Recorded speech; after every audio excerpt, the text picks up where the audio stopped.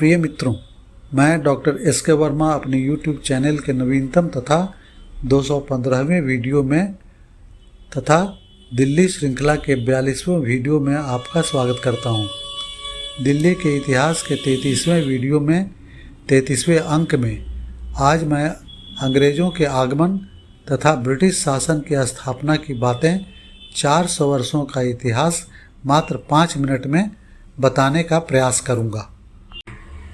Afghanistan, Iran, Turkmenistan इत्यादि देशों से ज़मीनी यात्रा करके भारत में शासन करने वाले विदेशी आक्रमणकारियों के बाद समुद्री रास्ते से यूरोपीय लोगों में एक पुर्तगाली नाविक और खोजकर्ता वास्को डी गामा 1498 ईस्वी में कालीकट में आया। गोवा में पुर्तगाली शासन की स्थापना 1510 ईस्वी में अफोंसो डी अल्बुकर्क ने किया। मुंबई पर पुर्तगालियों ने 1534 ईस्वी में अपना स्थान बनाया। फ्रेंच लोग भी सर्वप्रथम सूरत में ही 1667 ईस्वी में आए और 1668 ईस्वी में सूरत में फ्रेंच फैक्ट्री की स्थापना की। पांडिचेरी इनका अस्थायी निवास बना। डच लोगों ने आंध्र प्रदेश के मछलीपट्टनम में अपना निवास बनाया। भारत में आने वाला पहला अंग्रेज ब्रिटिश ईस्ट इंडिया कंपनी का था, जो सूरत में 24 अगस्त 1608 ईस्वी के दिन आया व्यापार स्थापित करने। 1613 ईस्वी में कैप्टन विलियम हॉकिंस मुगल सम्राट जहांगीर के दरबार में उपस्थित हुआ और भारत में व्यापार की अनुमति मांगी, जो उसे मिल गई। भारत में अंग्रेज़ों के ईस्ट इंडिया कंपनी ने सर्वप्रथम अस्थायी रूप से मद्रास में 1639 ईस्वी में अपने को स्थापित किया, स्थानीय शासक से व्यापार की अनुमति लेकर। 1661 ईस्वी में अंग्रेज़ों ने बम्बई को पुर्तगालियों से पुर्तगाली राजकुमारी कैथरीन ऑफ ब्रेगेंजा और इंग्लैंड के राजा चार्ल्स द्वितीय की शादी में दहेज के रूप में लिया और अपना बेस स्थापित किया। अंग्रेज़ों के ईस्ट इंडिया कंपनी ने बंगाल के 3 गांवों सुतानती, कालीकता तथा गोविंदपुर को जॉब चारनाक के नेतृत्व में व्यापार करने के लिए लिया। यही तीनों गांव कलकत्ता बने। अंग्रेज़ों ने 1696 ईस्वी में फोर्ट विलियम बनाया, जो कलकत्ता का अभी भी एक लैंडमार्क है। कोलकाता 1772 ईस्वी में ब्रिटिश इंडिया की राजधानी बनी।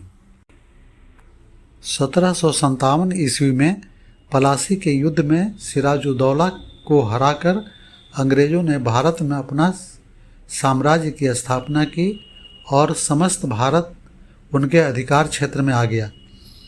इस प्रकार भारत में ब्रिटिश ईस्ट इंडिया कंपनी का राज 1757 ईस्वी से 1857 ईस्वी के बीच अर्थात 100 वर्षों तक रहा। 1803 ईस्वी में ब्रिटिश ईस्ट इंडिया कंपनी ने मराठों को हराकर दिल्ली को अपने अधिकार में ले लिया। 1803 से 1957 तक मुगल शासन एक देसी रियासत की तरह था। 1857 ईस्वी में हुए भारत के प्रथम असफल स्वतंत्रता संग्राम के बाद ब्रिटिश राजा ने भारत का शासन ईस्ट इंडिया कंपनी से अपने हाथों में ले लिया।